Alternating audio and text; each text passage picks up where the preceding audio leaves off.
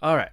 Up next, let's go through drum rack. Now, we've already looked at drum rack a little bit in the previous, I think, class. I think class 3 in this series when we looked at slice to new MIDI track, right? So we took a drum beat and we control clicked on it, and the menu that came down, we said slice to new MIDI track. That took that beat and put each individual transient into a drum rack. So let's look at a drum rack from kind of a different angle this time. So if we go up here and select a drum rack, and we just make an empty one on a new MIDI track. Let's open it up. This is what it looks like. A whole lot of nothing. If I play it, if I make some MIDI notes for it, I get nothing. This is really just a container. It's just a container for things you want to hit, right? We can put anything we want into these spots, okay? So if we want to take an audio file, let's go to samples and say, sure, let's say this whole loop I can put right there if I want. If I want to put this tone right there, I can do that. If I want to put this finger clap right there for some reason, there's a clap. Okay, so I can put these wherever I want. Okay, that's cool. Each one of these, every time I put something in here, I get a simpler device, and we're going to go through the simpler shortly. But that gets created in each spot when I pull an audio file on there. But I don't need to just pull audio files. Let's say I have this analog synth patch that I really like. That one? Sure. I can put a whole analog device onto a drum rack pad. Okay? So now you're thinking, well, when I hit that, how do I control what note it plays? Well, we go over here. We open this up.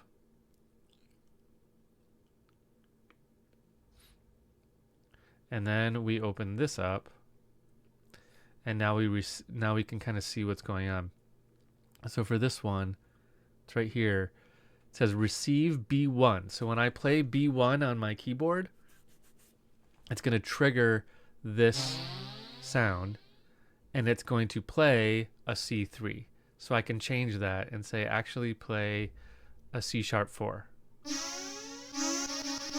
Right? So I can decide what note it plays, but it's going to ignore what note I play on the MIDI keyboard in terms of that synth, but I can control that right here. So you can drag anything you want onto a drum rack, any synth, any sample. You can't just drag MIDI files. That really wouldn't do anything.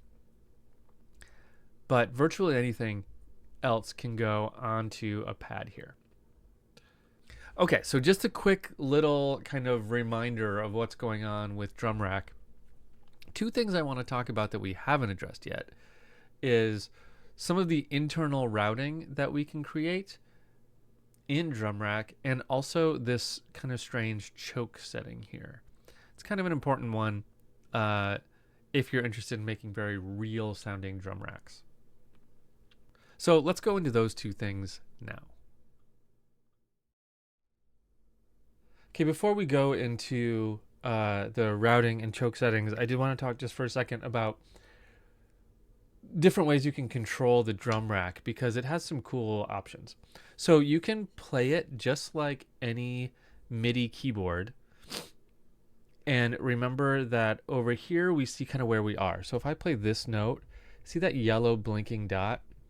That tells me kind of in the range of all possible notes where I am. And it's saying, yeah, you're too high. There's no note there. I got to get down to one of these light gray boxes. There it is. There's that analog option. But also, this kind of 4x4 grid of notes is all over live. It's kind of like that 2x4 grid that I talked about earlier for controls. This 4x2 grid is like a drum pad grid. So you might be able to see that, like, it's kind of up here. You can't see that, but it shows up on my push all the time. And if you have a MIDI device that is designed for drum triggers, any kind of pads or anything like that, it's going to probably auto map to hitting these. I have this special kind of like drum synth thing that it's this sort of set of rubber pads that you can play like a drum.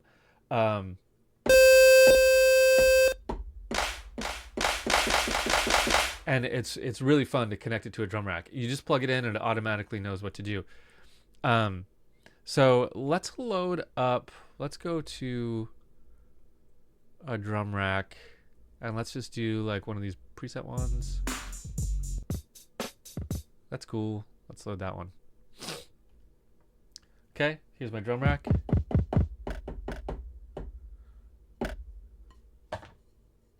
So let me show you what I'm doing over here.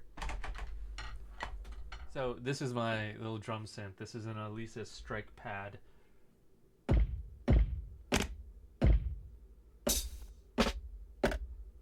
It's got a couple rims.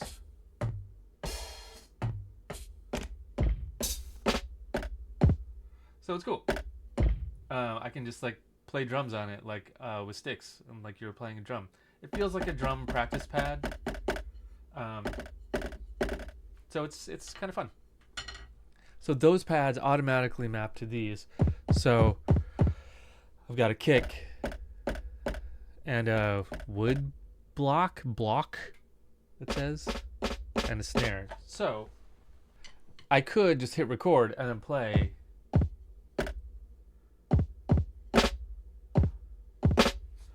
However I wanted to. It's actually kind of tricky to play. But it's handy. I could do basically the same thing on the push, except I don't want to use sticks on the push because it's not designed for that. Although it would feel pretty good to do, but the pads are so small, I'm not a good enough drummer to hit them just right. So I just wanted to point out that you can get these kind of drum synths that are designed really for drum racks and any kind of drum synth, and you can just play stuff. It's really fun.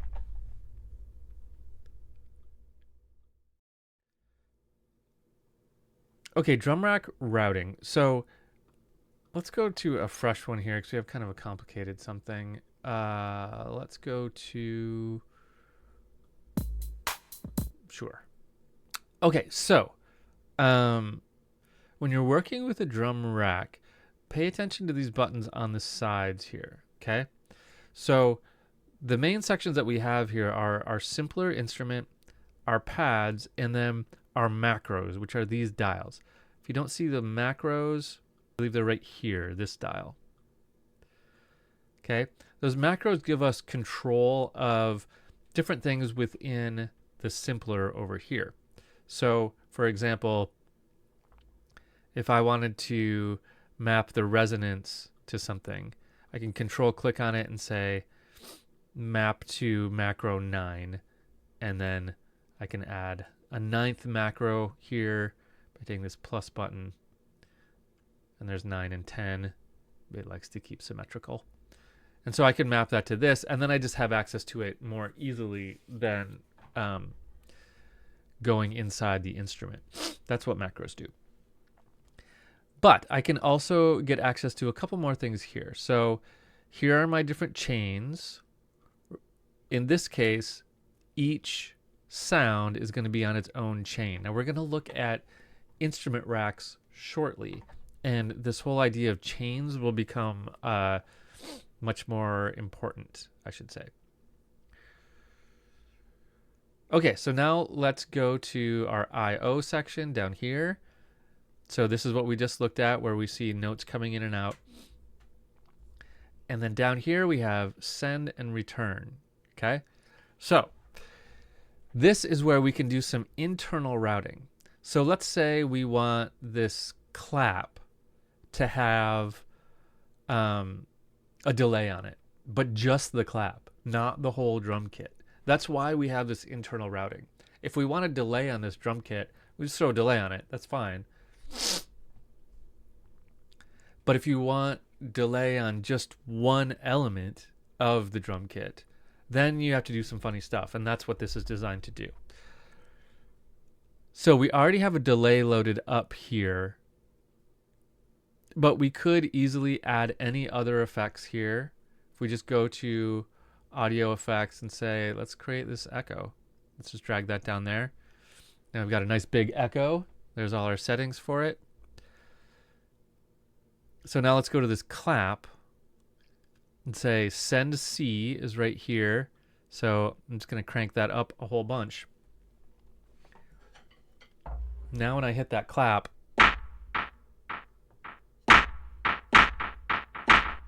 it gets a big delay on it, but nothing else does. Just that clap. So that's the internal routing. So you just have to go to this send and receive section, put an effect on the bottom part. See, there's a bottom part here and a top part here. So put it on the bottom part, and then you'll have send A, send B, and send C. Here's send C, and we just cranked that up on send C right there. Okay, and that's how you can route effects within a drum rack. Okay, now let's go look at the choke setting. Okay, I'm going to hide this send and receive because I just want to see the I/O settings. Here's choke.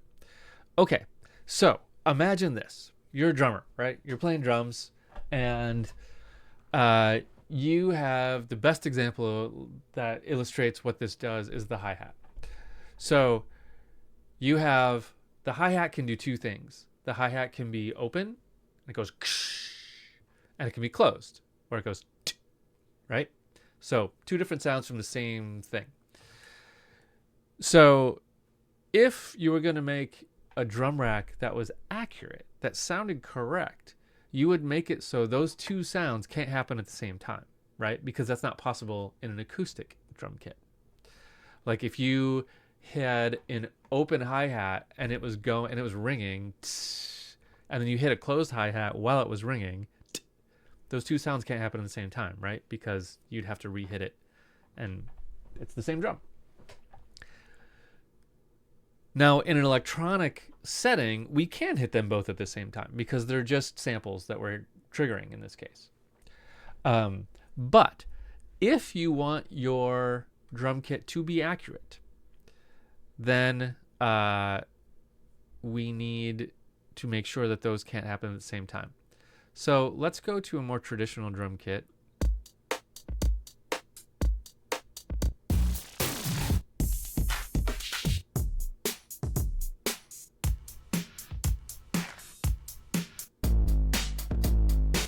Kind of like an acoustic kit.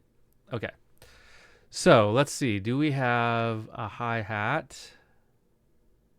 Open hi-hat. And do we have a closed hi-hat? There it is. Okay, open hi-hat, closed hi-hat. Great. So what I need to do is say, go to my I/O settings. Oh, and it's already done for me. So if I said this open hi-hat, this is set to 1 on the choke setting. And this closed hi-hat is also set to 1. Okay, so by setting those to the same thing, that means only one of those two things can happen at a time. So if I hit my open hi-hat and it's still ringing, and then I hit the closed hi-hat, see if I can do it with my mouse. Nope. There, did it. It's going to stop the open hi-hat from ringing because that's what would happen in the real world. So you can kind of think of these numbers as groups. We're just going to assign 1, 1. We could even do weirder stuff, like if we wanted this clap to not be able to happen at the same time as the hi-hat for some reason, we just set this to 1 also. Now, only one of those three things can happen at a time. But if we wanted the clap and the snare to not be able to happen, we could set them both to 2, and now we've kind of linked them together so that they can't happen at the same time. That's going to make things more realistic. It's kind of subtle, but if you're setting up like a MIDI drum machine and you give it to like a drummer and say, play this, they'll be happy that it actually behaves correctly. So that's what that choke setting does. Okay, so maybe just for completeness, we should make our own drum kit. We should make our own drum rack from scratch. Let's make one and then see if we can add something to our kit here.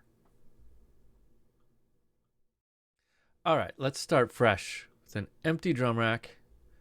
And let's make something. So let's go to, I'm just going to use samples for most of this. Let's do kick. And I think I kind of want to know, or I think I know what I kind of want to do here. So actually, you know what we should use for our kick? Let's use our drum synth kick. Let's put one of those right there. Okay? That is just a great little kind of techno kick. Now let's go to samples and let's find a clap.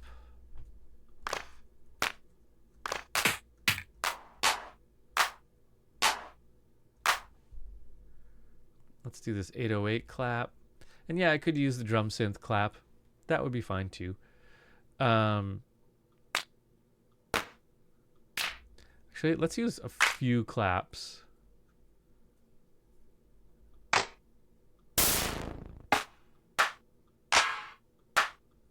Okay, I got 3 claps here now. That's kind of all I want to use. Okay, I don't need any routing in this case, although I could get to it down here if I needed to. Sends and receives, IOs. I don't really need to mess with any of this stuff. I could set up some macros if I wanted, but I actually don't need to. But if I wanted to, I could say like volume of this clap. Let's set the volume of all of our claps to the same knob. Okay, now all 3 clap volumes are here. Okay, that's cool. That'll be handy. Okay, now let's go here and make something. Now the reason I did just claps is because I just want to add claps. I don't want to add a whole bunch more percussion here because I already have an insane amount of percussion happening in this little track. So what I was thinking I would do is just a really big clap. So all 3 of those right there. Let's zoom in a little bit, see where I am. So copy, paste. Let's put that on 2 and 4.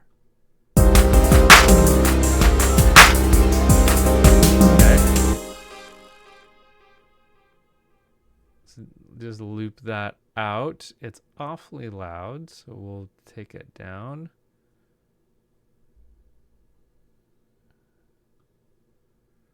Okay, and now we'll go to our master.